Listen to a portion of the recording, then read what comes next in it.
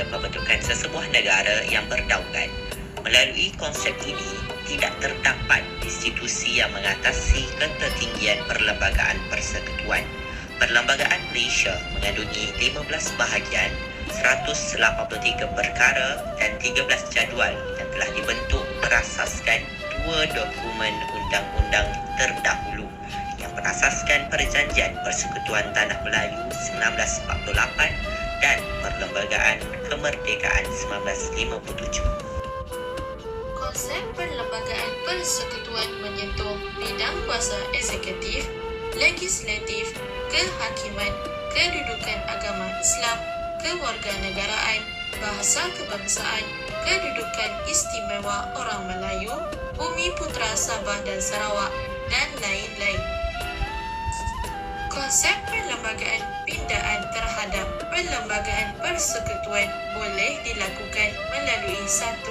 Perkara 1594 menjelaskan bahawa sesetengah perkara boleh dipindah hanya memerlukan sokongan lebih 2/3 setiap dewan tanpa mendapat persetujuan sesiapa seperti sumpah dan ikrar, taat setia, pemilihan dan persaraan ahli-ahli Dewan Negara dan meliputi perkara yang tidak disebut dalam perkara lain. Konsep perlembagaan 2, perkara 161E menjelaskan sesetengah perkara boleh dipindah, iaitu perlu mendapat sokongan 2/3 setiap dewan dan dipersetujui oleh Yang di-Pertua Negeri Sabah dan Sarawak bagi yang melibatkan kepentingan Sabah dan Sarawak seperti bidang kuasa kerajaan negeri dan kedudukan istimewa Bumi Putra.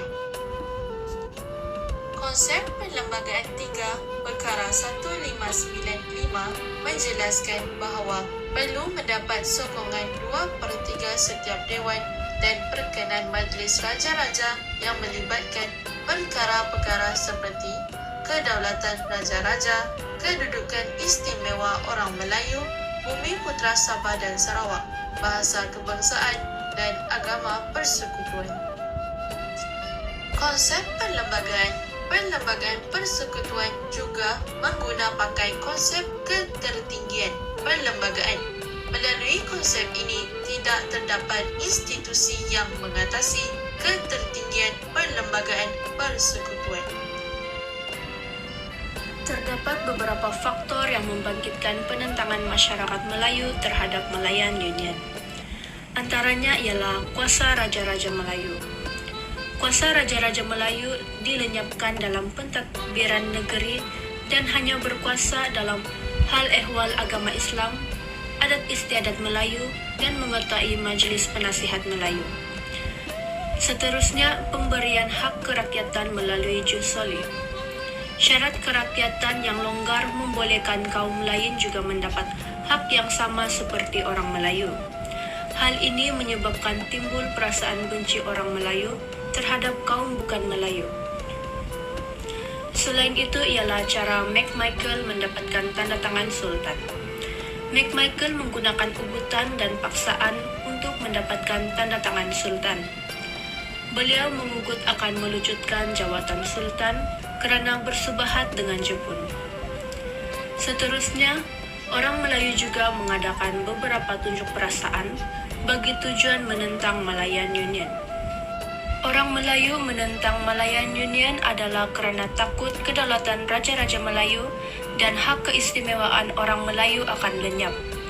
Faktor-faktor tersebut inilah yang membangkitkan penentangan masyarakat Melayu untuk menentang Malayan Union. Keberhasilan orang Melayu membubarkan Malayan Union memperlihatkan kejayaan orang Melayu mengembalikan semula kuasa dan martabat Raja-Raja Melayu dalam Perlembagaan Persekutuan Tanah Melayu.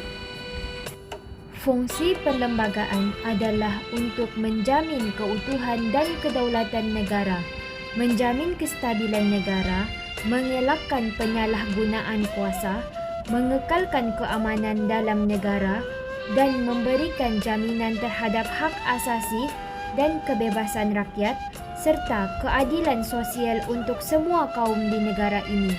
Terdapat 4 paksi utama atau tiang seri yang membentuk Perlembagaan Persekutuan, iaitu agama Islam sebagai agama persekutuan, hak dan kedudukan istimewa orang Melayu, kedaulatan raja-raja dan juga bahasa Melayu sebagai bahasa rasmi. Kesimpulannya, perlembagaan dapat mengikat masyarakat untuk merujuk pada satu undang-undang supaya tidak bercanggah antara satu sama lain. Perlembagaan menjamin kestabilan politik, menjamin keselamatan dan kesejahteraan rakyat serta dapat melindungi kepentingan semua kaum dengan jaminan sosial antara kaum. Sekian, terima kasih.